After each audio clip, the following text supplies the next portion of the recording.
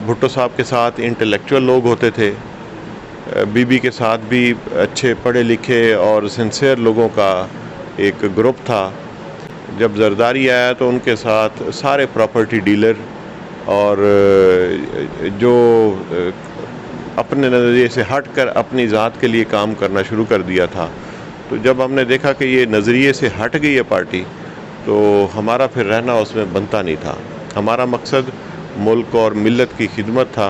पूरी दुनिया में जब लोग रिन्यूएबल एनर्जी की तरफ जा रहे थे, तो बदकिस्मती से ये जो साबका हुकूमत नून लीग की थी, ये फॉसिल फ्यूल पर गई, इंपोर्टेड फ्यूल पर गई, कोयले पर गई और महंगे प्रोजेक्ट लगाए जिनका खमियाजा आज हमारी ये कौम भुगत रही है। हमने रिन्यूएबल एनर्जी को प्रमोट किया। खिदमत का जज्बा किसी भी प्रोफेशन में रहकर किया जा सकता है। मेरा हॉस्पिटल है, चल रहा है, वो भी अल्हम्दुलिल्लाह वेलफेयर का है। हमने उसमें से पैसे नहीं बनाए और लोगों के लिए, इलाके के लोग ज़्यादा आते हैं और अभी हेल्थ कार्ड वाला भी वहाँ पर चल रहा है, तो हम लोगों को सर्व कर रहे थे। और साथ हमारा छोटा मोटा जैसे डेरादारी होती है वो भी पहले भी चलती थी। तो जब मैं बैठा हूँ तो दोबारा बेहतरी के साथ चलना शुरू हो गई। असल मकसद तो लोगों की खिदमत है। हमदान न्यूज की वीडियोस देखने के लिए हमारे चैनल को सब्सक्राइब करें और साथ लगी हुई घंटी पर क्लिक करके ऑल पर क्लिक करें ताकि आप हमारे आने वाली तमाम वीडियो से बाखबर रह सकें। अस्सलाम वालेकुम नाजरीन, हमदान न्यूज़ के साथ मैं हूं सैयद रमज़ान हमदानी। नाजरीन, आज हम मुल्तान में मौजूद हैं और आज हमारे साथ मौजूद हैं MPA पाकिस्तान तहरीक इंसाफ जनाब डॉक्टर अख्तर मलिक साहब, जो सूबाई वज़ीर एनर्जी भी रह चुके हैं। इनसे आपकी मुलाकात करवाते हैं। अस्सलाम वालेकुम सर। जी वालेकुम सलाम जी। सर, आपने अपनी सियासत का, अवामी खिदमत का आगाज़ कैसे और कब किया था?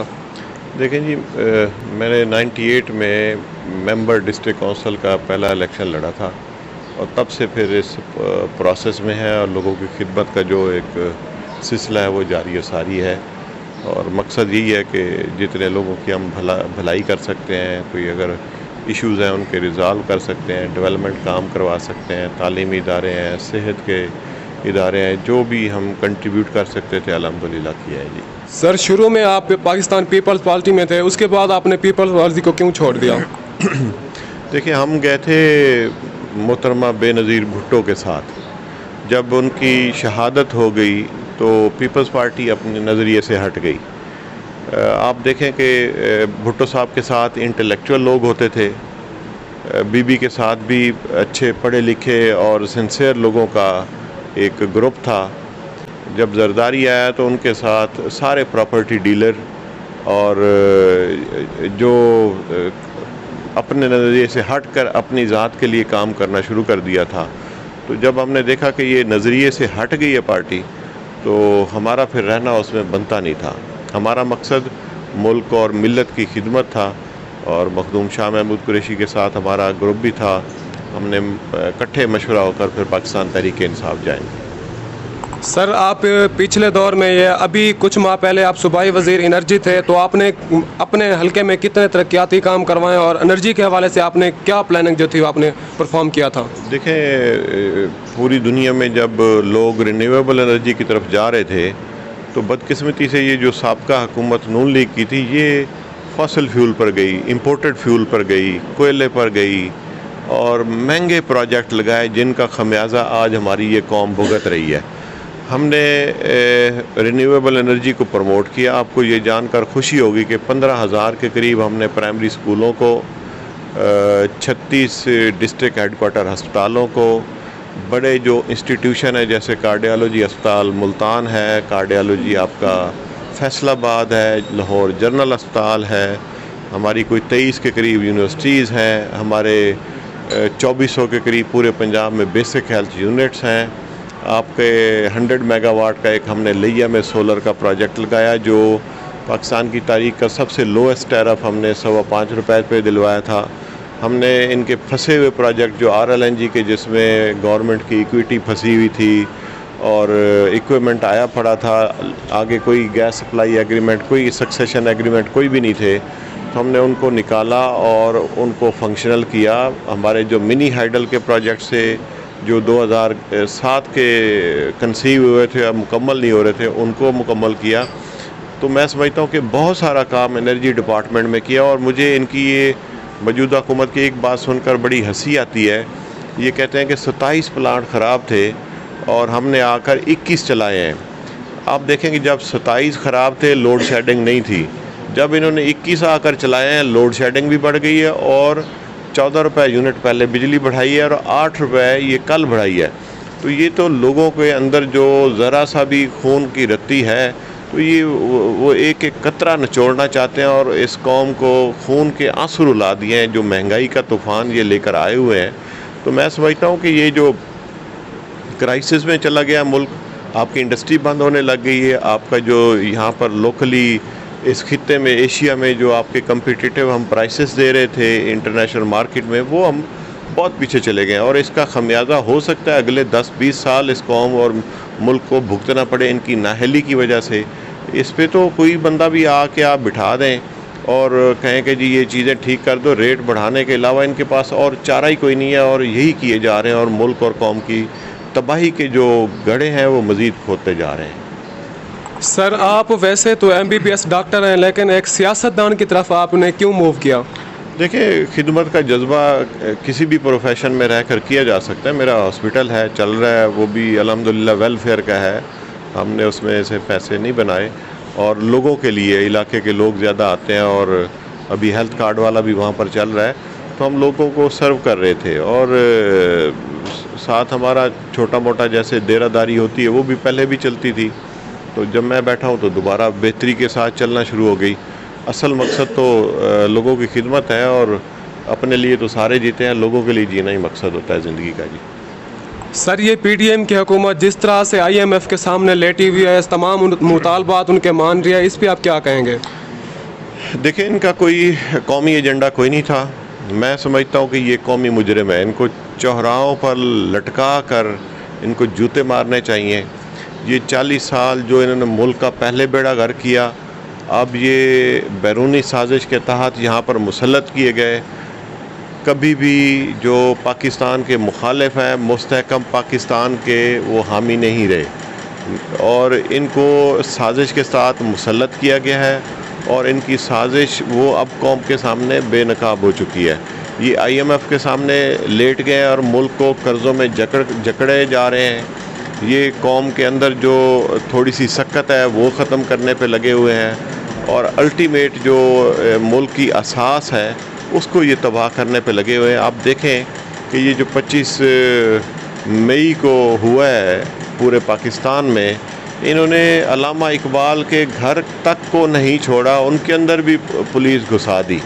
और जिस मुल्क के जो बनाने वाले हैं उनके घर अपने महफूज ना हो तो बाकी कौम के बारे में मैं क्या कह सकता हूँ। सर, पिछले दिनों जो इंटरनेशनल कॉन्फ्रेंस हुई है चाइना में, इसमें तो वज़ीर आज़म पाकिस्तान शहबाज शरीफ को इनवाइट ही नहीं किया गया। ये तो पूरी कौम की बेइज्जती हुई है, इस पर बहुत ज़्यादा लोगों ने शोर भी मचाया, इस पर आप क्या कहेंगे? मैं इस PDM के बारे में एक ही बात कहूँगा कि बेइज्जती उनकी होती है जिनकी इज़्ज़त होती है। ये कौम की नज़रों में पहले भी बहुत गिर चुके हैं क्योंकि इन्होंने अपने केसेस के अलावा आकर इस मुल्क के लिए कुछ नहीं किया, ना इन्होंने कुछ करना है।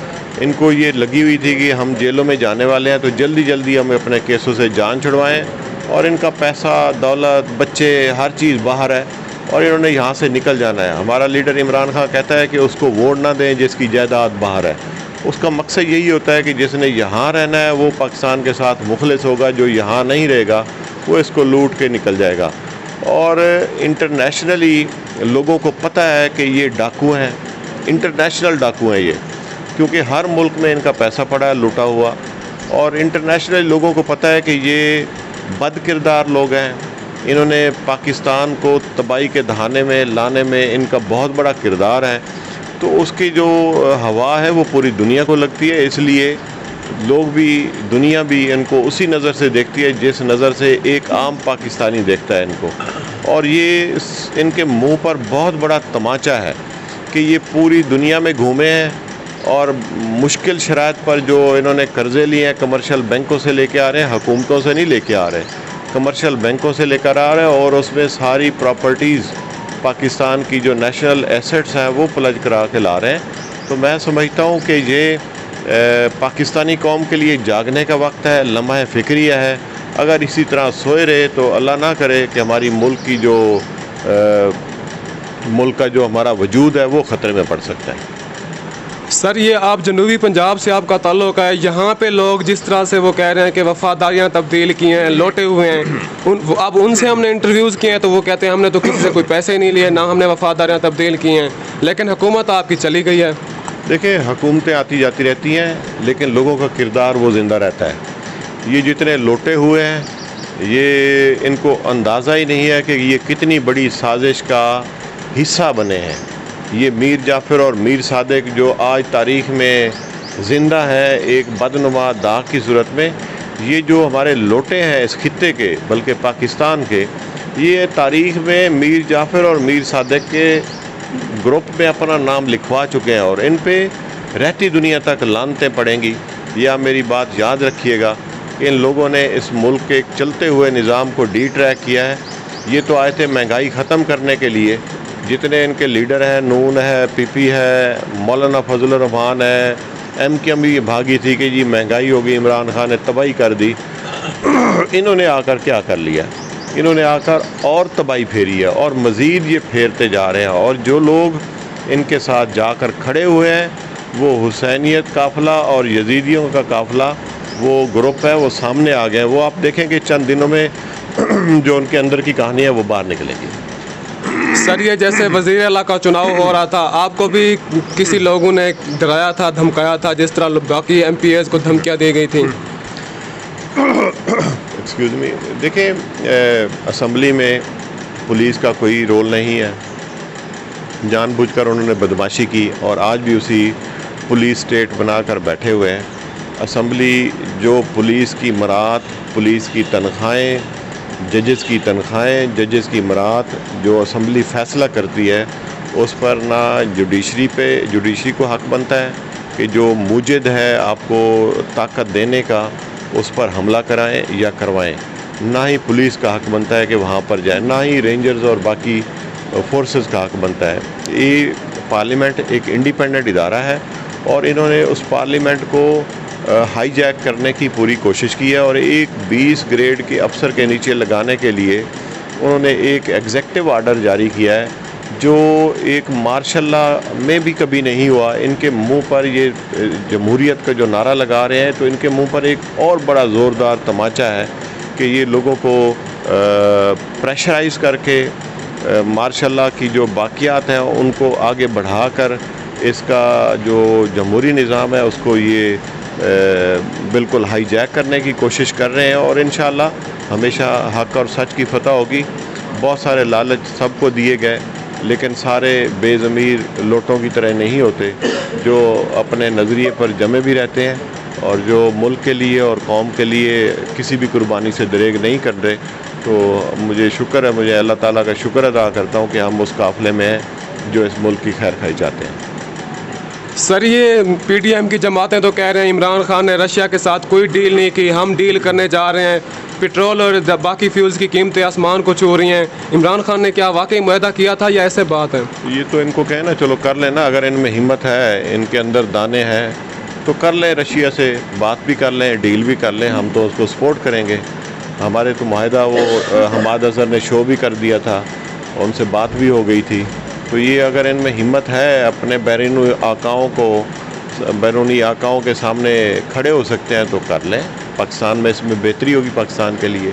इंडिया में 25 रुपये कीमत कम हुई है पेट्रोल की और यहाँ पे 84 रुपये पेट्रोल की कीमत बढ़ाई गई है। ये फ़ैसले करने के इनमें जुर्रत भी नहीं है, ना इनमें अखलाकी जुर्रत है, ना ही इनमें कोई कौमी जो होती है कि हम मांगी होगी। ये तो चूँ चूँ का मुरब्बा है। जब इनके बच्चों को वजारतें मिल गई, बिलावल को वजारत ख़ारजा मिली, शहबाज शरीफ को वजारत उज़्मा मिली, हमज़ा को वजारत आला मिल गई, मौलाना फजल रहमान के बेटे को वजारत ये मवासलात मिल गई। तो ये असम्बलियाँ जिनको कहते थे कि ये नाजायज़ असम्बली हैं, अब इनकी वजारतें मिलने के बाद वो भी जायज़ हो गई हैं। इनके क्या यू टर्न है, इनके जो दागदार चेहरे हैं वो कौम के सामने हैं। तो इनका कोई पाकिस्तान के लिए एजेंडा नहीं है, अपनी ज़ात के लिए तो डेफिनेटली था, है और इनका रहेगा। लेकिन मैं समझता हूँ कि अब मुल्क में इनका जो झूठ है ये चलने वाला नहीं है और कौम इनके साथ सामने खड़ी होगी और इनसे हिसाब लेगी। अब ये वोट आ रहे हैं, देखिएगा कि किस तरह हिसाब लेती है कौम इनसे। ये एक एक पल का हिसाब लेंगे जिस अजियत से ये इस कौम को गुजार रहे हैं।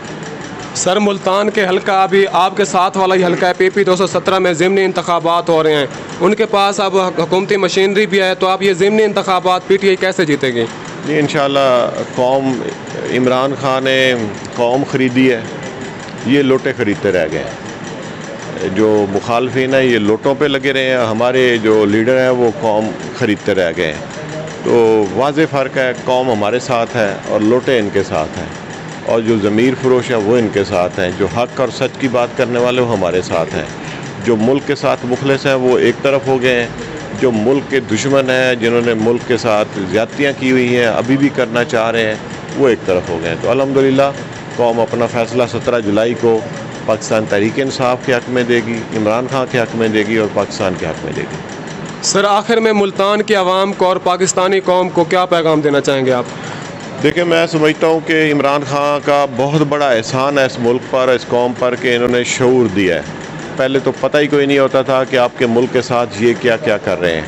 अब एक एक बच्चा, एक एक नौजवान, एक एक बुज़ुर्ग, एक एक ख़ातून वो सोशल मीडिया के ज़रिए वेल इन्फॉर्म्ड हैं कि क्या क्या इस मुल्क के साथ हुआ है और क्या ये करने का इरादा रखते हैं। तो मैं समझता हूँ कि ये जो अवेयरनेस है, शऊर है, ये कौम को अपनी मंजिल तक ले जाकर छोड़ेगा।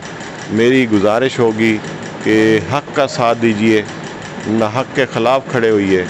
ये हक़ और सच की फ़तह में दुनिया में भी अल्लाह ताला उसका अजर देता है और आखिरत में भी अजर देता है। मेहरबानी। तो नाज़रीन, हमारे साथ डॉक्टर अख्तर मलिक साहब, सूबाई वज़ीर एनर्जी और MPA तहरीक इंसाफ के आए हमारे साथ मौजूद थे, हमने इनसे आपकी मुलाकात करवाई। तो मिलते हैं नेक्स्ट वीडियो में, तब तक के लिए अल्लाह हाफ़िज़।